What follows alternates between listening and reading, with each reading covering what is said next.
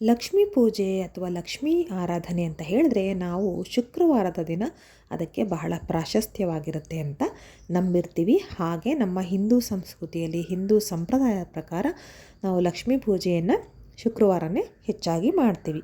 ಆದರೆ ಮಾರ್ಗಶಿರ ಮಾಸದಲ್ಲಿ ಲಕ್ಷ್ಮೀ ಪೂಜೆಯನ್ನು ಗುರುವಾರಕ್ಕೆ ಮೀಸಲಿಡ್ತೀವಿ. ಗುರುವಾರದ ದಿನ ಮಾರ್ಗಶಿರ ಮಾಸದಲ್ಲಿ ಲಕ್ಷ್ಮೀ ಪೂಜೆಯನ್ನು ಮಾಡೋದ್ರಿಂದ ತುಂಬ ಒಳ್ಳೆಯದಾಗತ್ತೆ. ಹಾಗಾದರೆ ಯಾಕೆ ನಾವು ಮಾರ್ಗಶಿರ ಮಾಸದಲ್ಲಿ ಗುರುವಾರನೇ ಲಕ್ಷ್ಮೀ ಆರಾಧನೆಯನ್ನು ಮಾಡಬೇಕು?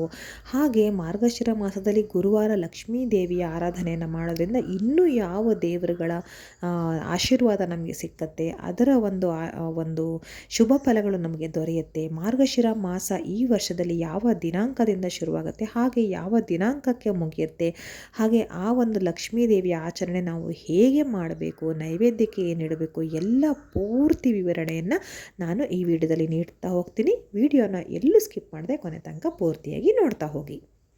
ಇನ್ನು ಮಾರ್ಗಶಿರ ಮಾಸ ಯಾವಾಗ ಶುರುವಾಗುತ್ತೆ ಅಂತ ಹೇಳಿದ್ರೆ, ಈಗ ಮುಂಬರುವ ಡಿಸೆಂಬರ್ನಲ್ಲಿ ಶುರುವಾಗುತ್ತೆ. ಡಿಸೆಂಬರ್ 2ನೇ ತಾರೀಕು ಶುರುವಾದರೆ ಡಿಸೆಂಬರ್ 29ನೇ ತಾರೀಕುವರೆಗೂ ಮಾರ್ಗಶಿರ ಮಾಸವೂ ಇರುತ್ತೆ.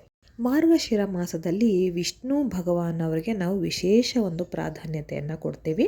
ಹಾಗೆ ಲಕ್ಷ್ಮೀ ದೇವಿಗೂ ಕೂಡ ಈ ಒಂದು ಪ್ರಾಧಾನ್ಯತೆ ಸಿಕ್ಕತ್ತೆ.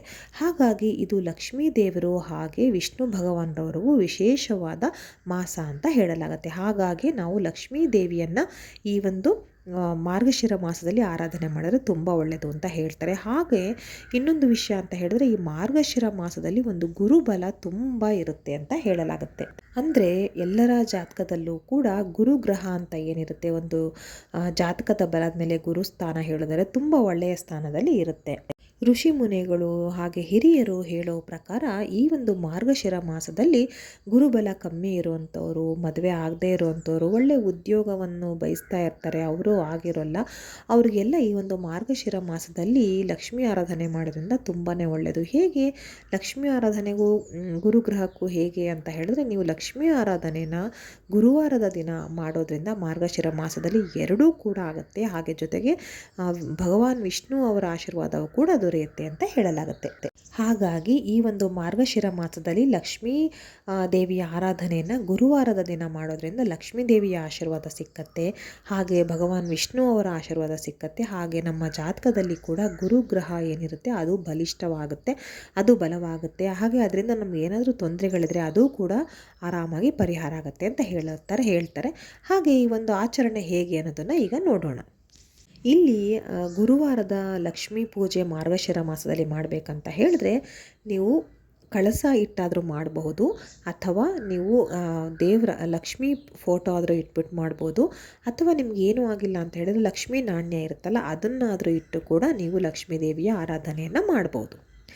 ಇನ್ನು ನೀವು ಫೋಟೋವನ್ನು ಇಟ್ಟು ಮಾಡೋದಾದರೆ ಲಕ್ಷ್ಮೀನಾರಾಯಣ ಸಮೇತವಾಗಿ ಒಂದು ಇರುತ್ತಲ್ಲ ಆ ಒಂದು ಫೋಟೋವನ್ನು ತಂದು ಇಟ್ಟು ಪೂಜೆ ಮಾಡಬೇಕಾಗತ್ತೆ. ಕೇವಲ ಲಕ್ಷ್ಮೀ ದೇವಿಯ ಫೋಟೋವನ್ನು ಇಟ್ಟು ಪೂಜೆ ಮಾಡೋದಕ್ಕೆ ಖಂಡಿತ ಬರೋದಿಲ್ಲ ಈ ಒಂದು ಮಾರ್ಗಶಿರ ಮಾಸದಲ್ಲಿ ಮಾಡುವಂತಹ ಈ ಒಂದು ಆಚರಣೆಗೆ. ಈ ಒಂದು ಮಾಸನೇ ಲಕ್ಷ್ಮೀನಾರಾಯಣರಿಗೆ ಮೀಸಲಾಗಿರುತ್ತೆ, ಭಗವಾನ್ ವಿಷ್ಣು ಅವರಿಗೆ ಮೀಸಲಾಗಿರುತ್ತೆ ಅಂತ ನಾನು ಹೇಳಿದೆ. ಹಾಗೆ ಗುರುಗ್ರಹಕ್ಕೂ ಗುರುಬಲಕ್ಕೂ ಒಳ್ಳೆಯದು ಅಂತ ಹೇಳಿದೆ. ಹಾಗಾಗಿ ಗುರುವಾರ ಲಕ್ಷ್ಮೀ ಆರಾಧನೆಯನ್ನು ಈ ಒಂದು ಮಾಸದಲ್ಲಿ ಮಾಡ್ತೀವಿ. ಹಾಗಾಗಿ ನೀವು ಕೇವಲ ಲಕ್ಷ್ಮೀ ಫೋಟೋವನ್ನು ಇಟ್ಟು ಪೂಜೆ ಮಾಡೋದಕ್ಕೆ ಬರೋದಿಲ್ಲ. ಫೋಟೋ ಇಡ್ತೀರಾ ಅಂತ ಹೇಳಿದ್ರೆ ನೀವು ಲಕ್ಷ್ಮೀನಾರಾಯಣ ಒಟ್ಟಿಗೆ ಇರುವಂತಹ ಫೋಟೋನ ಇಟ್ಟು ಪೂಜೆ ಮಾಡಬೇಕು.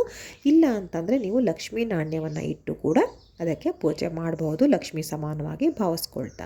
ಇನ್ನು ನೀವೇನಾದರೂ ಕಳಸ ಇಟ್ಟು ಪೂಜೆ ಮಾಡ್ತೀನಿ ಅಂತ ಹೇಳಿದ್ರೆ ಖಂಡಿತ ಅದಂತೂ ತುಂಬಾ ಶ್ರೇಷ್ಠ. ಕಳಸವನ್ನಿಟ್ಟು ನೀವು ಈ ಒಂದು ಮಾರ್ಗಶಿರ ಮಾಸದಲ್ಲಿ ಲಕ್ಷ್ಮೀ ದೇವಿಯ ಆರಾಧನೆಯನ್ನು ಮಾಡ್ಬೋದು. ಎಲ್ಲದಕ್ಕಿಂತ ನೀವು ಲಕ್ಷ್ಮೀನಾರಾಯಣ ಫೋಟೋ ಇಡೋದಕ್ಕಿಂತನೂ ಲಕ್ಷ್ಮೀ ನಾಣ್ಯ ಇಟ್ಟು ಪೂಜೆ ಮಾಡೋದಕ್ಕಿಂತನೂ ಈ ಒಂದು ರೀತಿ ಕಳಸವನ್ನು ಇಟ್ಟು ನೀವು ಈ ಒಂದು ಮಾಸದಲ್ಲಿ ಲಕ್ಷ್ಮೀ ದೇವಿಯ ಪೂಜೆ ಮಾಡೋದ್ರಿಂದ ತುಂಬಾ ಒಳ್ಳೆಯದಾಗುತ್ತೆ ಅಂತ ಹೇಳಲಾಗುತ್ತೆ. ಅಕಸ್ಮಾತ್ ಈಗ ಕೆಲವು ಕಡೆ ಕಳಸ ಇಡುವಂಥ ಪದ್ಧತಿ ಇರೋದಿಲ್ಲ, ಅಂತಹವರು ಏನು ತೊಂದರೆ ಇಲ್ಲ, ಯಾಕಂದರೆ ನಿಮ್ಮ ಪದ್ಧತಿ ಹೇಗಿರುತ್ತೆ ಹಾಗೆ ನೀವು ಆಚರಣೆ ಮಾಡಲೇಬೇಕಾಗತ್ತೆ. ಅಂತಹ ಸಂದರ್ಭದಲ್ಲಿ ನೀವು ಲಕ್ಷ್ಮೀನಾರಾಯಣ ಫೋಟೋವನ್ನು ಇಟ್ಟು ಪೂಜೆ ಮಾಡ್ಬೋದು, ಅಥವಾ ಬೆಳ್ಳಿ ನಾಣ್ಯ ಲಕ್ಷ್ಮೀ ನಾಣ್ಯನೇ ಆಗಬೇಕು ಅದನ್ನು ಇಟ್ಟು ಸಹ ಪೂಜೆಯನ್ನು ಮಾಡಬಹುದಾಗಿದೆ. ಹಾಗೆ ಇದರ ಆಚರಣೆ ಯಾರು ಬೇಕಾದರೂ ಮಾಡ್ಬೋದು, ಅವರ ಕುಟುಂಬದಿಂದ ಈ ಒಂದು ಆಚರಣೆ ಬಂದಿರಬೇಕು, ಅದರ ಪದ್ಧತಿ ಇರಬೇಕು ಅಂತ ಖಂಡಿತ ಏನಿಲ್ಲ. ನಿಮ್ಮಲ್ಲಿ ಕಳಸ ಇಡೋದು ಬಿಡೋದು ಅದೊಂದು ಮಾತ್ರ ಪದ್ಧತಿ ವಿಚಾರಕ್ಕೆ ಹೇಳಿದೆ ಹೊರತು ಅದು ಬಿಟ್ಟು ನೀವು ಸಾಮಾನ್ಯವಾಗಿ ಈಗ ಹೊಸದಾಗಿ ಶುರು ಮಾಡೋರು ಕೂಡ ಈ ಒಂದು ಮಾರ್ಗಶಿರ ಗುರುವಾರ ಲಕ್ಷ್ಮೀ ಪೂಜೆಯನ್ನು ಮಾಡಬಹುದು. ಹಾಗೆ ಗುರುವಾರ ನೀವು ಲಕ್ಷ್ಮೀ ಪೂಜೆ ಮಾಡೋದಾದರೆ, ವ್ರತವನ್ನು ಆಚರಣೆ ಮಾಡಿದ್ರೆ ಅದರದ್ದೇ ಒಂದು ಗುರುವಾರ ಲಕ್ಷ್ಮೀ ವ್ರತದ ಪೂಜೆ ಬುಕ್ ಅಂತ ಒಂದು ಸಿಕ್ಕತ್ತೆ. ಅದನ್ನು ಕೂಡ ಎಲ್ಲ ಬುಕ್ ಅಂಗಡಿಗಳಲ್ಲಿ ಸಿಕ್ಕತ್ತೆ. ಅದನ್ನು ತಂದು ಕೂಡ ನೀವು ನೋಡ್ಕೊಳ್ಬೋದು, ಯಾವ ರೀತಿ ಮಂತ್ರಗಳಿದೆ, ಯಾವ ವಿಧಾನ ಅನ್ನೋದೆಲ್ಲ ನೋಡ್ಕೊಳ್ಬೋದು. ನಾನಿಲ್ಲಿ ಸಿಂಪಲ್ ಒಂದು ಮೆಥಡನ್ನು ಹೇಳ್ಕೊಡ್ತೀನಿ. ಯಾಕಂದರೆ ಎಲ್ಲರೂ ಬ್ಯುಸಿ ಇರ್ತೀರ, ಕೆಲವರು ಕೆಲಸಕ್ಕೆ ಹೋಗೋರು ಇರ್ತೀರ, ಆದರೂ ವ್ರತಾಚರಣೆ ಮಾಡಬೇಕಾಗತ್ತೆ. ಅಂಥವ್ರಿಗೆ ನಾನು ಇಲ್ಲಿ ಹೇಳ್ಕೊಡ್ತಾ ಬರ್ತೀನಿ. ಇನ್ನು ಸಾಮಾನ್ಯವಾಗಿ ಯಾವುದೇ ಹಬ್ಬ ಹರಿದಿನ ಆಗಲಿ, ಅದು ವಿಶೇಷ ವ್ರತ ಪೂಜೆ ಅಂತಾಗಲಿ, ನಿಮ್ಮ ಮನೆಯಲ್ಲಿ ಬೇಗ ಎದ್ದು ನೀವು ಎಲ್ಲ ರೀತಿಯ ನಿಮ್ಮ ದೈನಂದಿನ ಪೂಜೆ ಪುನಸ್ಕಾರಗಳನ್ನು ಮುಗಿಸ್ಕೊಳ್ತೀರಾ. ಈ ಒಂದು ಗುರುವಾರ ಲಕ್ಷ್ಮೀ ವ್ರತ ಏನಿದೆ, ಲಕ್ಷ್ಮೀ ಪೂಜೆ ಏನಿದೆ, ಅದನ್ನು ನೀವು ಗುರುವಾರದ ಸಂಜೆ ಅಂದರೆ ಮುಸ್ಸಂಜೆ ಗೋಧೂಳಿ ಸಮಯದಲ್ಲಿ ಮಾಡೋದ್ರಿಂದ ತುಂಬಾ ಒಳ್ಳೆಯದು. ಈ ಒಂದು ವ್ರತಕ್ಕೆ ಇದೇ ಒಂದು ಸಮಯ ತುಂಬ ಶ್ರೇಷ್ಠ ಅಂತ ಹೇಳಲಾಗುತ್ತೆ.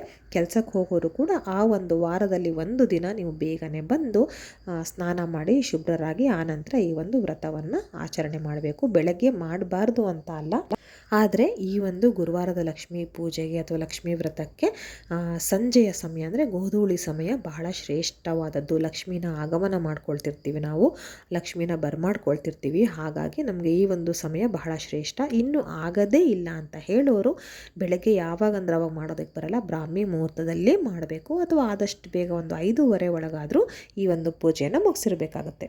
ಹಾಗೆ ನೀವು ಪೂಜೆ ಅಂತ ಹೇಳಿದ್ರೆ ನೀವು ಕುಂಕುಮಾರ್ಚನೆಯನ್ನು ಮಾಡಿದ್ರೆ ತುಂಬ ಒಳ್ಳೆಯದಾಗುತ್ತೆ. ತುಂಬ ಅದರಲ್ಲೂ ಮುತ್ತೈದೆಯರಿಗೆ ಒಂದು ಮಾಂಗಲ್ಯ ಸೌಭಾಗ್ಯ ಸಿಗಲಿ ಅಂತ ಹೇಳಿ ಈ ರೀತಿ ಒಂದು ಬೇಡಿಕೊಂಡು ನೀವು ಈ ಒಂದು ಪೂಜೆನ ಮಾಡೋದ್ರಿಂದ ತುಂಬಾ ಒಳ್ಳೆಯದಾಗುತ್ತೆ. ಕುಂಕುಮಾರ್ಚನೆ ಈ ಒಂದು ಲಕ್ಷ್ಮೀ ದೇವಿಗಾಗಲಿ ಅಮ್ಮನವ್ರಿಗಾಗಲಿ ಬಹಳನೇ ಶ್ರೇಷ್ಠ ಅಂತ ಹೇಳಲಾಗುತ್ತೆ. ಹಾಗಾಗಿ ಕುಂಕುಮಾರ್ಚನೆ ಮಾಡ್ಬೋದು. ಹಾಗೆ ಲಕ್ಷ್ಮೀ ಸಹಸ್ರನಾಮವನ್ನು ನೀವು ಪಠನೆ ಮಾಡ್ಬೋದು, ಲಕ್ಷ್ಮೀ ಅಷ್ಟೋತ್ತರವನ್ನು ಪಠನೆ ಮಾಡ್ಬೋದು. ಇಲ್ಲಾಂದರೆ ಈ ಒಂದು ವ್ರತದ ಬುಕ್ಕಲ್ಲಿ ಮಂತ್ರಗಳನ್ನು ನೀಡಿರ್ತಾರೆ, ಅದನ್ನು ಕೂಡ ನೀವು ಹೇಳ್ಬೋದು. ಸಾಮಾನ್ಯವಾಗಿ ಮಹಾಲಕ್ಷ್ಮಿ ಸ್ತೋತ್ರ ಅಥವಾ ಲಕ್ಷ್ಮೀ ಸ್ತೋತ್ರ ಏನಿರುತ್ತೆ ಅದನ್ನು ಕೂಡ ನೀವು ಹೇಳ್ಬೋದು. ತುಂಬಾ ಒಳ್ಳೆಯದಾಗತ್ತೆ. ಇನ್ನು ಕಳಸ ಇಟ್ಟೋರು ಉಪವಾಸ ಇದ್ದರೆ ತುಂಬಾ ಒಳ್ಳೆಯದು.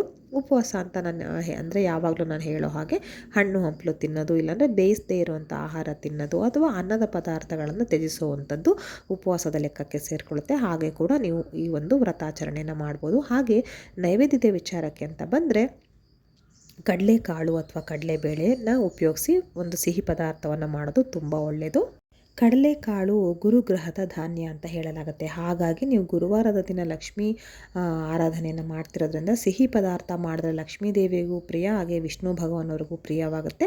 ಹಾಗೆ ಗುರುವಾರದ ದಿನ ಆಚರಣೆ ಆದ್ದರಿಂದ ಕಡಲೆಕಾಳನ್ನು ಬಳಸಿ ಮಾಡಿದ್ರೆ ತುಂಬಾ ಒಳ್ಳೆಯದು. ಕಡಲೆ ಬೇಳೆಯನ್ನು ಕೂಡ ನೀವು ಉಪಯೋಗಿಸಿ ಮಾಡ್ಬೋದು, ಆದರೆ ಅತಿ ಹೆಚ್ಚು ಶ್ರೇಷ್ಠ ಅಂತ ಹೇಳಿದ್ರೆ ಕಡಲೆಕಾಳಾಗಿರುತ್ತೆ. ನೀವು ಕಡಲೆಕಾಳಿಂದ ಏನಾದರೂ ಸಿಹಿ ಪದಾರ್ಥಗಳನ್ನು ಮಾಡಿ ದೇವರಿಗೆ ನೈವೇದ್ಯ ಮಾಡ್ಬೋದು. ಕಡಲೆಕಾಳಿಂದ ಏನೊಂದು ನಿಮ್ಮ ಹಿರಿಯರು ಮಾಡ್ಕೊಂಡು ಬಂದಿರ್ತಾರೆ ಸಿಹಿ ಪದಾರ್ಥ, ಅದನ್ನು ಮಾಡಬಹುದು. ಅಥವಾ ಕಡಲೆಬೇಳೆನ ಉಪಯೋಗಿಸಿ ನೀವು ಸಿಹಿ ಪದಾರ್ಥ ಅಂದರೆ ಕಡಲೆಬೇಳೆ ಪಾಯಸ ಆಗಿರ್ಬೋದು, ಯಾವುದೇ ಒಂದು ರೀತಿ ಮಾಡ್ಬೋದು. ಆಮೇಲೆ ನೀವು ಪೂಜೆ ಎಲ್ಲ ಮುಗಿಸಿ ಅಂದು ಸಂಜೆ ನೀವು 5 ಜನ ಮುತ್ತೈದೆಯರಿಗೆ ಕುಂಕುಮವನ್ನು ಕೊಟ್ಟರೆ ತುಂಬಾ ಒಳ್ಳೆಯದಾಗುತ್ತೆ. ಆಗ ನೀವು ಬೇಕಿದ್ದರೆ ಖಾರ ಪದಾರ್ಥಗಳು ಅಂದರೆ ಕಡಲೆಕಾಳಿನ ಉಸ್ಲಿ, ಕಡಲೆಬೇಳೆ ಕೋಸಂಬರಿ, ಹೀಗೆ ನೀವು ಕುಂಕುಮ ತಗೊಂಡು ಹೋಗೋಕ್ಕೆ ಬಂದಿರ್ತಾರಲ್ಲ ಅವರಿಗೆ ನೀವು ಕೊಡಬಹುದು. ಅದು ಕೂಡ ತುಂಬಾ ಶ್ರೇಷ್ಠ ಅಂತ ಹೇಳಲಾಗುತ್ತೆ. ಈ ಒಂದು ರೀತಿ ಈ ಒಂದು ವ್ರತಾಚರಣೆಯನ್ನು ಮಾಡಿದ್ರೆ ಎಲ್ರಿಗೂ ಒಳ್ಳೆಯದಾಗುತ್ತೆ. ಈ ಒಂದು ವ್ರತದ ಬಗ್ಗೆ ನಿಮ್ಗೆ ಏನಾದ್ರು ಡೌಟ್ಸ್ ಇತ್ತು ಅಂತ ಹೇಳಿದ್ರೆ ಖಂಡಿತ ನಂಗೆ ಕಮೆಂಟ್ ಸೆಕ್ಷನಲ್ಲಿ ತಿಳಿಸಿ, ನಾನು ನನಗೆ ತಿಳಿದಿದ್ದನ್ನು ನಿಮಗೆ ತಿಳಿಸ್ಕೊಡ್ತಾ ಹೋಗ್ತೀನಿ. ಹಾಗೆ ಈ ಒಂದು ವ್ರತವನ್ನು ನಾನು ಆಗಲೇ ಹೇಳ್ದಂಗೆ ಯಾರು ಬೇಕಿದ್ರೂ ಮಾಡ್ಬೋದು. ನಿಮ್ಮ ಪದ್ಧತಿಯಲ್ಲೇ ಬಂದಿರಬೇಕಂತ ಖಂಡಿತ ಏನಿಲ್ಲ, ಯಾರು ಬೇಕಾದರೆ ಮಾಡೋದ್ರಿಂದ ತುಂಬಾ ಒಳ್ಳೆಯದು. ಹಾಗೆ ಇದನ್ನು ಇನ್ನೊಂದು ವಿಚಾರ ಅಂತ ಹೇಳಿದ್ರೆ ಇದು ಈ ಸಲದ ಇದರಲ್ಲಿ 4 ಗುರುವಾರಗಳು ನಿಮಗೆ ಸಿಕ್ಕತ್ತೆ. ಅಂದರೆ ಈ ಒಂದು ವರ್ಷದ ಮಾರ್ಗಶಿರ ಮಾಸದಲ್ಲಿ 4 ಗುರುವಾರಗಳು ನಿಮಗೆ ಸಿಕ್ಕತ್ತೆ. ಮಾರ್ಗಶಿರ ನಾನು ಹೇಳಿದೆ ಡಿಸೆಂಬರ್ 2ನೇ ತಾರೀಕಿಗೆ ಶುರುವಾದರೆ ಡಿಸೆಂಬರ್ 29ರವರೆಗೂ ನಿಮಗೆ ಮಾರ್ಗಶಿರ ಮಾಸ ಈ ಒಂದು ವರ್ಷದಲ್ಲಿ ಇರುತ್ತೆ ಅಂತ. ಅದರಲ್ಲಿ ನಿಮಗೆ ಗುರುವಾರದ ಲಕ್ಷ್ಮೀ ಪೂಜೆ ವಿಶೇಷವಾಗಿ ನಾನು ಈ ವಿಡಿಯೋ ಹಾಕಿದ್ದೀನಿ ಅಲ್ವಾ. ಸೊ ಹಾಗಾಗಿ ಹೇಳ್ತಾ ಇದ್ದೀನಿ, ಗುರುವಾರ ಅಂದರೆ 4 ಗುರುವಾರಗಳು ನಿಮಗೆ ಲಕ್ಷ್ಮೀ ಪೂಜೆಯನ್ನು ಮಾಡೋದಕ್ಕೆ ಅವಕಾಶ ಸಿಕ್ಕತ್ತೆ. ಹಾಗೆ ನೀವು 4 ವಾರ ಕೂಡ ಮಾಡಿ ತುಂಬ ಒಳ್ಳೆಯದಾಗುತ್ತೆ. ಮತ್ತು ಇನ್ನೇನಾದರೂ ನಮ್ಮ ಮುಟ್ಟಿನ ಸಮಸ್ಯೆಯಿಂದ ಯಾವುದೋ ಒಂದು ಮೈಲಿಗೆ ಸಮಸ್ಯೆಯಿಂದ ಒಂದು ವಾರ ಏನೋ ತಪ್ಪಿತು ಅಂದರೆ ಖಂಡಿತ ಏನೂ ತೊಂದರೆ ಇಲ್ಲ. ಇನ್ನು ಮುಂದಿನ ವಾರಕ್ಕೆ ನೀವು ಶುರು ಮಾಡಿಕೊಂಡು ಅದೇ ರೀತಿ ನೀವು ಫಾಲೋ ಮಾಡ್ಕೊಂಡು ಬನ್ನಿ. ಧನ್ಯವಾದಗಳು.